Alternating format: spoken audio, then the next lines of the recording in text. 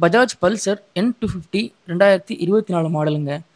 இந்த 2024 மாடல்ல இதுக்கு முன்னாடி இருந்த ப்ரீவியஸ் மாடல விட என்னென்ன அப்டேட்ஸ் எல்லாம் வந்து பண்ணியிருக்காங்கன்றத பத்தி நான் சொல்லப் போறேன். இதுல ரொம்ப ஒரு ப்ளஸ் பாயிண்ட் நான் என்ன சொல்லுவேன்னு பார்த்தீங்கன்னா, ஒரு 250 சிசி மோட்டார் சைக்கிள் இன்னைக்கு இருக்கிற மோட்டார் சைக்கிள் மார்க்கெட்ல ஒரு ஒரு பிலோ 2 லேக்ஸ்ல கிடைக்குது அப்படிங்கிறப்போ, பஜாஜ் அத குடுத்துருக்காங்க அப்படின்றப்போ உண்மையிலேயே ஒரு கிரேட்ன்னு தான் சொல்ல முடியும். ஏன் அப்படின்னா டியூக் 250, டாமினர் 250 ஸோ இதெல்லாம் வந்து போயிட்டோம் அப்படின்னா உங்களுக்கு 2.5 லேக்ஸ் கிட்ட வந்து உங்களுக்கு வந்துரும். ஆனா 250 சிசி செக்மெண்ட்ல வந்து பார்த்தீங்கன்னா, இதான் வந்து பிரைஸ் கம்மியா இருக்கு. சில பாசிட்டிவ்ஸும் இருக்கு, சில நெகட்டிவ்ஸும் இருக்கு. அத பத்தி அந்த வீடியோல ஃபுல்லா பார்க்க போறோம். இது வேல்யூ ஃபார் மனில வர்ற ஒரு 250 சிசி பைக்கு. ஸோ நமக்கு ஒர்த் இல்லையா? எல்லாமே இந்த வீடியோ தெளிவா நான் உங்களுக்கு சொல்லிடுறேங்க.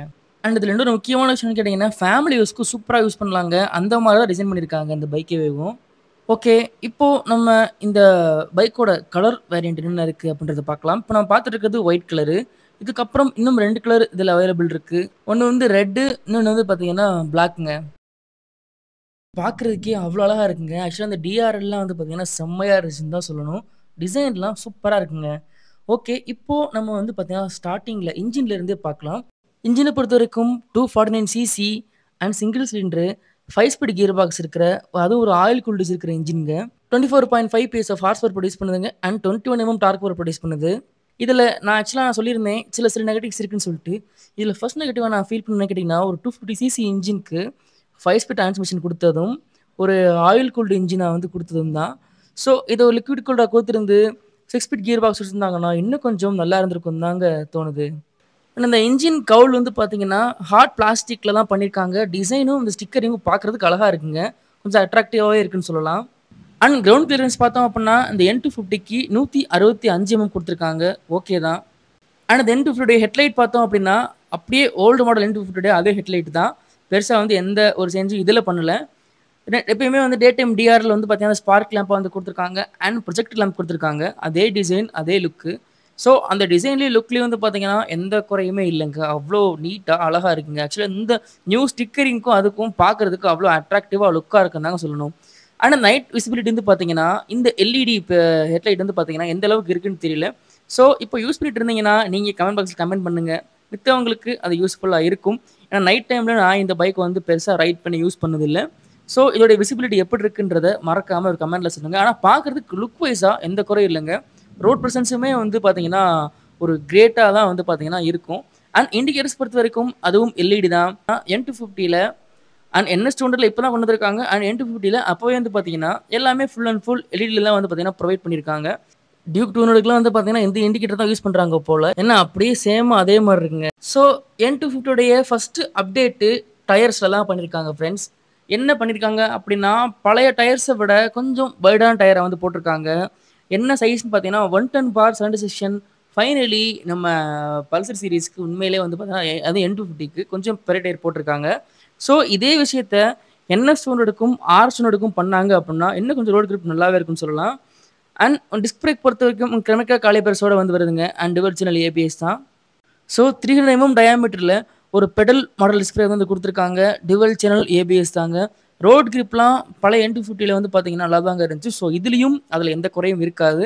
கொஞ்சம் பெரிய டயரா இருக்கிறனால, இன்னும் கொஞ்சம் கார்னரிங் ஸ்டெபிலிட்டி அண்ட் கொஞ்சம் வண்டிய கட் பண்ணி ஓட்டுறதுக்கு எல்லாத்துக்குமே கொஞ்சம் பார்த்தீங்கன்னா, கிரிப் எல்லாமே நல்லா தான் இருக்கும். ஆனா அந்த N250 ஃப்ரண்ட் ஃபோர்க்ஸ் பொறுத்தவரைக்கும் உங்களுக்கு வந்து பார்த்தீங்கன்னா, 37 திக்னஸ்ல ஒரு யூஎஸ்டி ஃபோர்க் தான் வந்து குடுத்துருக்காங்க.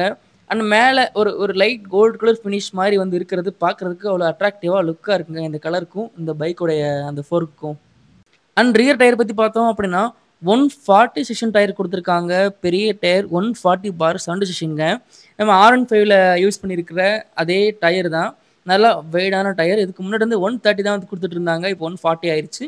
இதே டயர் செக்ஷன வந்து பார்த்தீங்கன்னா, நம்ம NS200லயும், RS200லயும் குடுத்துருந்தாங்க அப்படின்னா, இன்னும் கொஞ்சம் நல்லா இருந்திருக்கும். ஸோ இப்போ இந்த 2024 N250க்கு இந்த பெரிய டயர் குடுத்தது உண்மையிலேயே ஒரு செம்மையான விஷயம் தாங்க.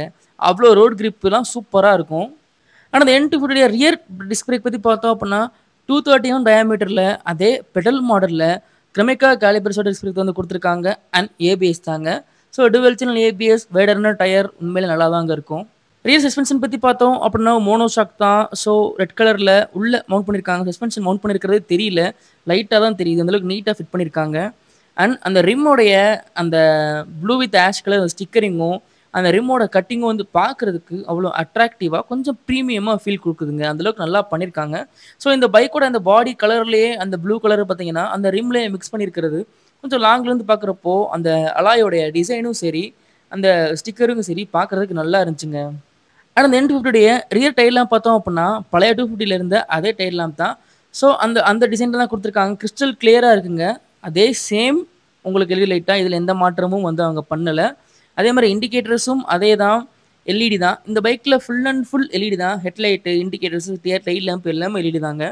அண்ட் இந்த பைக்கோடைய அந்த அந்த டேங்க் அந்த சைட்ல எழுதியிருக்காங்க 250ன்னு எழுதியிருக்காங்க பார்த்தீங்களா? அது அவ்ளோ அழகா இருக்குங்க. அந்த ஸ்டிக்கரிங்கும் அவ்ளோ பிரீமியமா வந்து ஃபீல் பண்ண வைக்குது. ஆனா அந்த டேங்க்ல வந்து பார்த்தீங்கன்னா, அந்த பல்சர்ன்னு எழுதியிருக்கிற அந்த 3டி லோகோ அவ்ளோ சூப்பரா இருக்குங்க. தொட்டு பார்க்குறதுக்கும் அந்த பிரீமியம்னஸ் குடுத்துருக்காங்க. ஸோ பஜாஜ் வர வர இப்போ டிசைன்ல நல்லா கான்சன்ட்ரேட் பண்றாங்கன்னு தான் சொல்லணும். ஏன்னா அந்த சைட் வியூல இருந்து பார்க்குறப்போ, லாங்ல இருந்து பார்க்குறப்போ எல்லாத்துலயுமே ரொம்ப அழகா இருந்துச்சு. அண்ட் பின்னாடி அந்த எண்ண மட்டும் ரெட் கலர்ல எழுதி 250ன்றது ஆஷ் கலர்ல குடுத்துருக்கிறது. அந்த ஒயிட் காம்பினேஷனுக்கு ரொம்ப அழகா இருக்குங்க. சீட்டிங் பொறுத்தவரைக்கும் ஓகே தான். ரொம்ப ஹார்டாவும் இல்ல, ரொம்ப சாஃப்ட்டாவும் இல்ல. ஒரு ஆவரேஜா இருக்கு. அண்ட் ரியர் சீரோட ஹைட்லாம் வந்து பார்த்தீங்கன்னா, ரொம்ப ஹைட்டெல்லாம் இல்லாம நார்மலா ஒரு ஃபேமிலி மெம்பர்ஸ்ல இருக்கிற அந்த நார்மல் ஹஸ்பண்ட் அண்ட் ஒய்ஃப்லாம் ஈஸியா யூஸ் பண்ணலாம். அந்த மாரி தான் வந்து குடுத்துருக்காங்க. அண்ட் பெரிய ஒரு சேஞ்ச் எங்கன்னா, இந்த மீடியா கன்சோல் தான். Full and full LCD display குடுத்துருக்காங்க. அண்ட் கால்ஸ், மெசேஜஸ், நேவிகேஷன்ஸ் எல்லாமே இதில வந்து பார்த்துக்கலாம். ஸ்விட்சபிள் ஏபிஎஸ்ஸும் இருக்கு. இதில ரைட் மோட்ஸ் கூட குடுத்துருக்காங்க. ஸோ உங்களுக்கு rain mode, off road mode அப்படின்னு சொல்லிட்டு 2 ரைட் மோட் இருக்கு. அண்ட் ட்ராக்ஷன் கண்ட்ரோல் இருக்குங்க. அதுதான் இருக்கிறதுலே ஒரு பெரிய விஷயம். ஸ்விட்சஸ் பொறுத்தவரைக்கும் நல்ல குவாலிட்டியான ஸ்விட்ச் யூஸ் பண்ணியிருக்காங்க. ஸோ பார்க்குறதுக்கும் அந்த டிசைன்லாம் வந்து பார்த்தீங்கன்னா, சூப்பரா நீட்டா இருக்குங்க. குவாலிட்டிலாம் வந்து பார்த்தீங்கன்னா, காம்ப்ரமைஸ் வந்து பண்ணவே இல்ல. சூப்பரா பண்ணியிருக்காங்க. ஸ்விட்சஸ் எல்லாமே குவாலிட்டியா இருக்கு. தொட்டு பார்க்குறப்பயே உங்களுக்கு அது தெரியும்.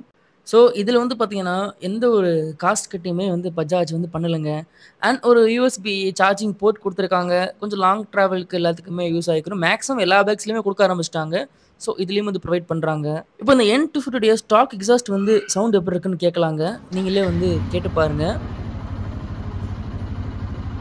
ஆக்சுவலா இதில என்ன ஒரு ஃபீல் ஆகுதுன்னு கேட்டீங்கன்னா, பழைய N250 எக்ஸாஸ்ட் சவுண்ட் நல்லா நோட் பண்ணி பார்த்தீங்கன்னா, நெறைய டிஃபரன்ஸ் இருக்கும். பழச விட இந்த ஸ்டாக் எக்ஸாஸ்ட் வந்து பார்த்தீங்கன்னா, உண்மையிலேயே சூப்பரா இருக்குங்க. அது ஆக்சுவலா அந்த அளவுக்கு ஒரு வைப் வந்து இருக்கு இந்த பைக்ல. நீங்க நல்லா கேட்டு பாருங்க உங்களுக்கு தெரியும்.